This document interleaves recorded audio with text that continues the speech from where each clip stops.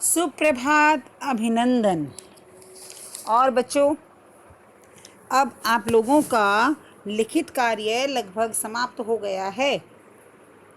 अगर किसी का भी कोई कार्य अपूर्ण है तो वह उसे शीघ्र अतिशीघ्र पूर्ण कर ले, क्योंकि आज से हम सभी पुनरावृत्ति प्रारंभ करने जा रहे हैं और प्रत्येक कार्य, प्रत्येक पाठ, प्रत्येक टॉपिक, ठीक है, सभी की रिवीजन, सभी की पुनरावृत्ति हम प्रतिदिन करेंगे। पुनरावृत्ति कार्यक्रम का जो शेड्यूल है वो आपको मिल गया होगा। कल मैंने आपकी परीक्षा के लिए आपको आपका अंक अधिभार और पाठ्यक्रम समझाया था और सभी आवश्यक बातों से आपको अवगत भी कराया था। और आप सभी को प्रश्न किस प्रकार आएंगे, किन किन पाठों से पूछे जाएंगे, साथ ही आपके पाठ्यक्रम में अन्य जो टॉपिक्स हैं, जो बिंदु हैं, वो कौन कौन से हैं, उन सब के विषय में कल हमने पढ़ा था, समझा था। जहाँ तक मेरा अनुमान है, आप सभी को सब कुछ समझ आ गया होगा। फिर भी यदि किसी प्रकार की शंका आपके मन में है तो आप मुझे व्हाट्सएप द्वारा सूचित कर सकते हैं या फिर फ़ोन करके पूछ सकते हैं। लेकिन कोई भी शंका आपके मन में नहीं रहनी चाहिए। आपकी कक्षा अध्यापिका अथवा स्वयं मैं यदि आपकी उत्तर पुस्तिका का निरीक्षण करती हूँ तो वह भी हमें पूर्ण मिलनी चाहिए, जिससे आप उसमें पूर्ण अंक प्राप्त कर सकें। आपके आंतरिक मूल्यांकन के अंतर्गत आपकी गतिविधियाँ, आपकी उत्तर पुस्तिका और आप किस प्रकार उसमें काम कर रहे हैं, यह सब निर्भर करेगा कि आपको आंतरिक मूल्यांकन में कितने अंक प्राप्त होंगे। आज की इस पुनरावृत्ति कक्षा में माँ सरस्वती का वंदन कर हम प्रारंभ करते हैं पुनरावृत्ति पाठ 1 सुभाषितानि। जी हाँ बच्चों, यह जो पाठ है इसमें मुख्य बातें मैं आपको समझाने वाली हूँ। जरा ध्यान से आप सुनेंगे कि इस पाठ से आपसे कोई एक श्लोक पूछा जाएगा जिसका अनुवाद आपको लिखना है। यह श्लोक 2 नंबर का होगा, 2 अंक का होगा। सारे श्लोकों के अर्थ आपको आने चाहिए। लिखने के तरीके के लिए जब आप उत्तर लिखते हैं और उत्तर लिखते हुए अर्थात अनुवाद लिखना आरंभ करेंगे इस प्रश्न के उत्तर का, तो सर्वप्रथम आप श्लोक का पहला शब्द लिखकर ... अंतिम शब्द लिखेंगे और फिर अनुवाद हेडिंग डालकर उसका हिंदी अर्थ लिखेंगे। इसके लिए आवश्यक है कि आप प्रत्येक पंक्ति को ध्यान से पढ़ें, ना कि अपनी इस स्मरण शक्ति पर निर्भर रहें कि इस श्लोक में यह था और इस तरीके से आप केवल सार लिख देंगे उसका। इसलिए पंक्तिबद्ध तरीके से आप एक एक पंक्ति को ध्यान से पढ़कर उसका अनुवाद लिखेंगे। ठीक है, यह प्रथम पाठ है। हो सकता है जब मैंने यह पाठ पहले पढ़ाया था तो आप में से कुछ बच्चे शायद अनुपस्थित रहे हों, कुछ नए बच्चे भी हमारे साथ जुड़े हैं, तो सबकी समस्याओं के समाधान के लिए यह पुनरावृत्ति आवश्यक है। तो आज मैं प्रत्येक श्लोक का एक बार फिर से आपको अर्थ बताने वाली हूँ, बड़े ध्यान से सुनेंगे।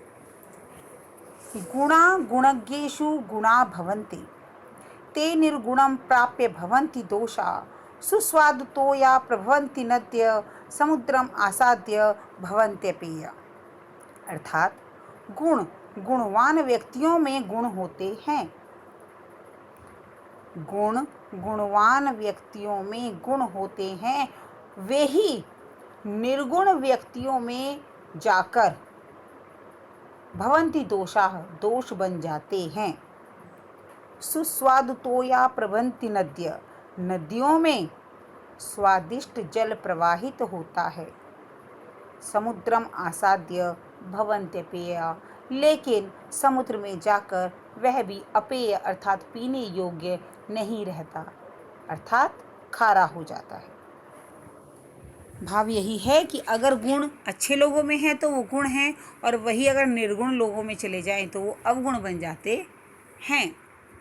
चलिए आगे चलते हैं अगले श्लोक की तरफ। साहित्य संगीत कला विहीनः साक्षात् पशु पुच्छ विषाणहीन तृणं न खादन् नपि जीवमानः तद्भागधेयं परम पशुना। साहित्य, संगीत और कला से विहीन, एक एक शब्द देखिए आप बड़े ध्यान से, और ऐसे ही आपको अपनी परीक्षा में भी लिखना है। साहित्य, संगीत, कला विहीन है।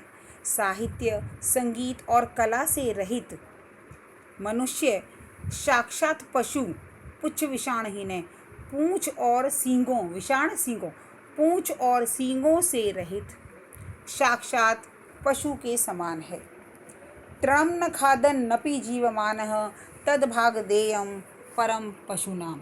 और तिनका अर्थात घास न खाते हुए भी जीवमान है, जीवित है, यह पशुओं में उसका परम भाग्य है। लुब्धस्य नश्यति यश पिशुनस्य मैत्री नष्टक्रियस्य कुल परम अर्थस्य धर्म है। विद्याफलं व्यसनः कृपणस्य सौख्यम राज्य प्रमत्त सचिवस्य नराधिपस्य। अर्थात लोभी व्यक्ति का यश नष्ट हो जाता है। चुगलखोर पिशुनस्य, चुगलखोर की मित्रता खत्म हो जाती है। नष्ट क्रियस्य कुलम, और कुछ न करने वाले की अर्थात कुल की परंपराओं का जो निर्वाह नहीं करता उसका कुल नष्ट हो जाता है।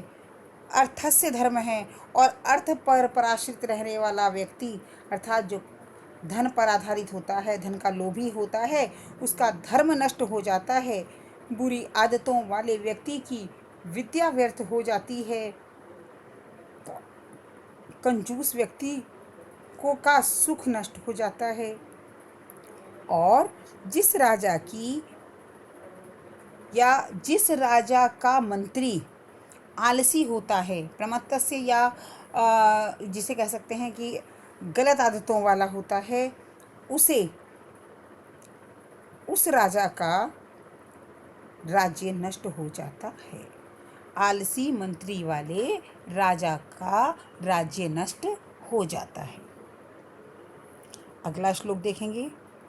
पीत्वा रसम तु कटुकम मधुरम समानम माधुर्यम एव जनियेन मधुमक्षिकासौ संतस्तथैव समसज्जन दुर्जनानां श्रुत्वा वचः मधुसूक्त रसम सृजन्ति। पीत्वा रसम तु कटुकम, कि फूलों के कड़वे रस को पीकर, पीत्वा पीकर, फूलों के कड़वे रस को पीकर उसे मधुर समानम अर्थात शहद में परिवर्तित कर देती हैं। माधुर्यम एवं मीठे, मीठे शहद में परिवर्तित करती हैं। कौन? जनियेन मधुमक्षिकासु, की मधुमक्खियाँ, कि जिस प्रकार मधुमक्खियाँ फूलों के कड़वे रस को पीकर उसे मीठे रस में परिवर्तित कर देती हैं, उसी प्रकार सज्जन लोग भी समसज्जन दुर्जनानाम श्रुत्वा वजह, कि दुष्ट लोगों के वचन सुनकर उन्हें मधुसूक्त अर्थात सुंदर वचनों में, सूक्तियों में बदल देते हैं या सूक्तियों का सृजन करते हैं। विहाय पौरुषम यो हि दैव अवलंब्यते प्रासाद सिंहवत तस्य मूर्धिन तिष्ठन्ति वायसा। कि पौरुष अर्थात मेहनत को छोड़कर जो व्यक्ति भाग्य पर आधारित होता है, भाग्य का सहारा लेता है, दैव कहते हैं भाग्यावलंबिते, सहारा लेना, कि मेहनत को छोड़कर जो दैव अवलंबिते भाग्य का सहारा लेता है, उसके सिर पर अर्थात महल में रहने वाले शेर के समान उसके सिर पर कौवे बैठते हैं, कि महल के शेर के समान उसके सिर पर कौवे ही बैठते हैं। पुष्प पत्र फल छाया मूल वलकल दारु भी धन्या मरी रूहा ये शाम विमुखम यान्ते नार्थिनः ना अर्थिनः, अर्थात फूल पत्र पत्ते फल,